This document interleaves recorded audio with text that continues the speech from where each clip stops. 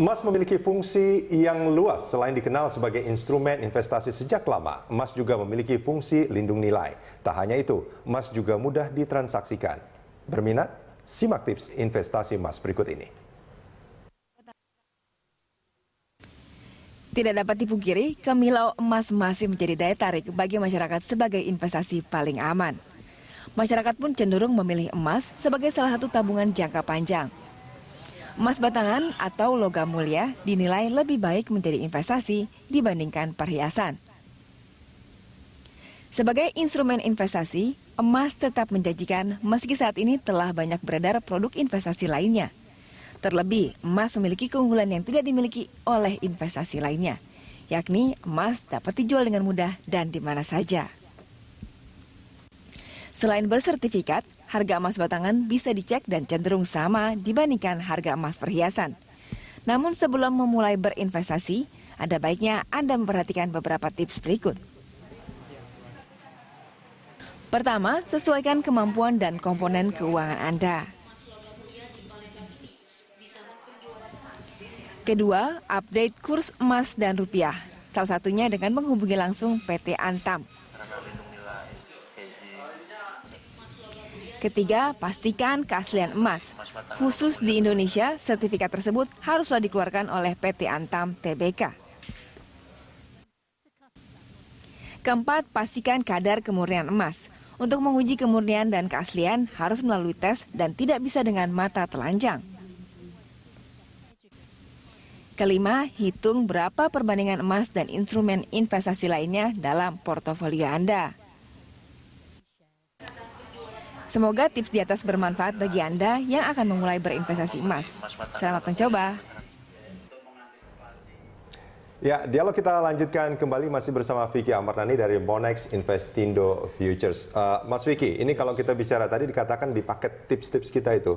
Pertama, seperti yang Mas Vicky katakan, kalau mau investasi emas, belilah emas yang batangan atau koin. Betul. Terus kemudian yang ada sertifikasi dari Antam. Artinya, selain batangan dan koin, ada perhiasan emas-emas perhiasan, dan itu kurang begitu disarankan. Ya, desain fee-nya, rugi di desain fee-nya Pak ya. Kita rugi di sana, dan ruginya juga besar. Betul. Ruginya besar. Terus ada yang sertifikasi Antam.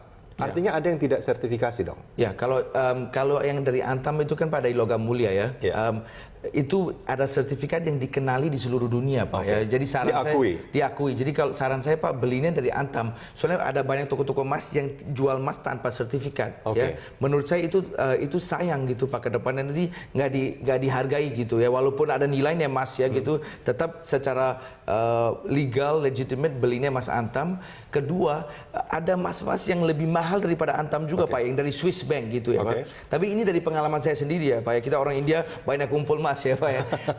Saya pernah beli emas yang dari Swiss Bank Pak ya. Jadi lebih tinggi nilainya. Tapi saya lihat pada saat saya jual di Indonesianya sendiri lebih tinggi harga emas Antam. Ya. Jadi pas beli lebih mahal daripada Antam, pas jual harga yang dibeli di bawah Antam. Jadi jangan kita kan berpikir oh itu Swiss Bank lebih top lagi ya Pak ya. Tapi tidak. Jadi mungkin secara internasional pun dalam di Indonesia paling laku emas Antam. Apakah itu juga berlaku di luar negeri? Artinya yang dari Swiss itu juga itu juga akan... Kalau di luar negeri mungkin yang Swiss Bank punya itu laku di luar, tapi ya hampir levelnya sama dengan Antam. Dan karena di Indonesia Pak, kita mungkin jual di Indonesia, lebih baik kita memilih Antam Pak. Lebih baik memilih yang dari Antam ya? Betul. Kalau tadi dikatakan bahwa ada yang tidak bersertifikasi, yang banyak toko-toko jual itu.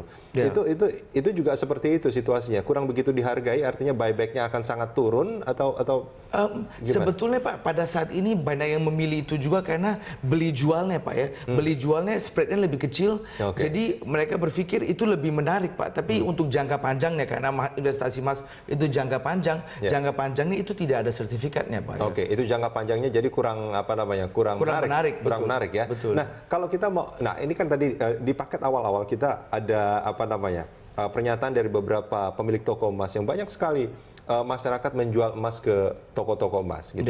Apakah ini sebetulnya tempat yang tepat untuk kita kalau menjual atau menggadaikan emas sebetulnya? Atau sebetulnya ada tempat-tempat khusus yang... Menurut saya tetap lebih baik di toko emas ya. Kalau karena di tempat lain ya, karena orang bilang yang butuh uang ya justru ke toko emas jual gitu kan. Mereka harus cari untung jual lagi. Tapi selain itu di Indonesia saya tidak lihat intermediary yang lain untuk menjual emas, Pak. Ya, kecuali kita jual ke teman, itu pun mungkin dia tahu peluang digencet, Pak. Jadi ya tetap saran saya paling baik ke toko emas sih, Pak. Ya. Paling baik adalah ke toko emas. Tapi dengan catatan juga harus betul-betul memperhatikan harga buyback yang memang sudah diketahui. Sudah diketahui, Pak. Jadi kalau kita lihat di screen, oh harga emas sudah 600.000, jangan terlalu happy dulu gitu, dicek dulu harga kita jualnya berapa, bukan harga runningnya gitu. Jadi nggak perlu sebetulnya kita mencari toko-toko emas di sini jualnya berapa, dibelinya berapa, terus kalau di tempat lain berapa, asal sebetulnya kita sudah tahu persis harga buybacknya, kita juga nggak perlu terlalu lelah untuk mencari harga terbaik ya. Betul, dan kalau kita lihat di Antam di website mereka di logamulia.com itu sangat transparan. Harga per gramnya, harga buybacknya itu sangat transparan. Bagaimana dengan Pegadaian?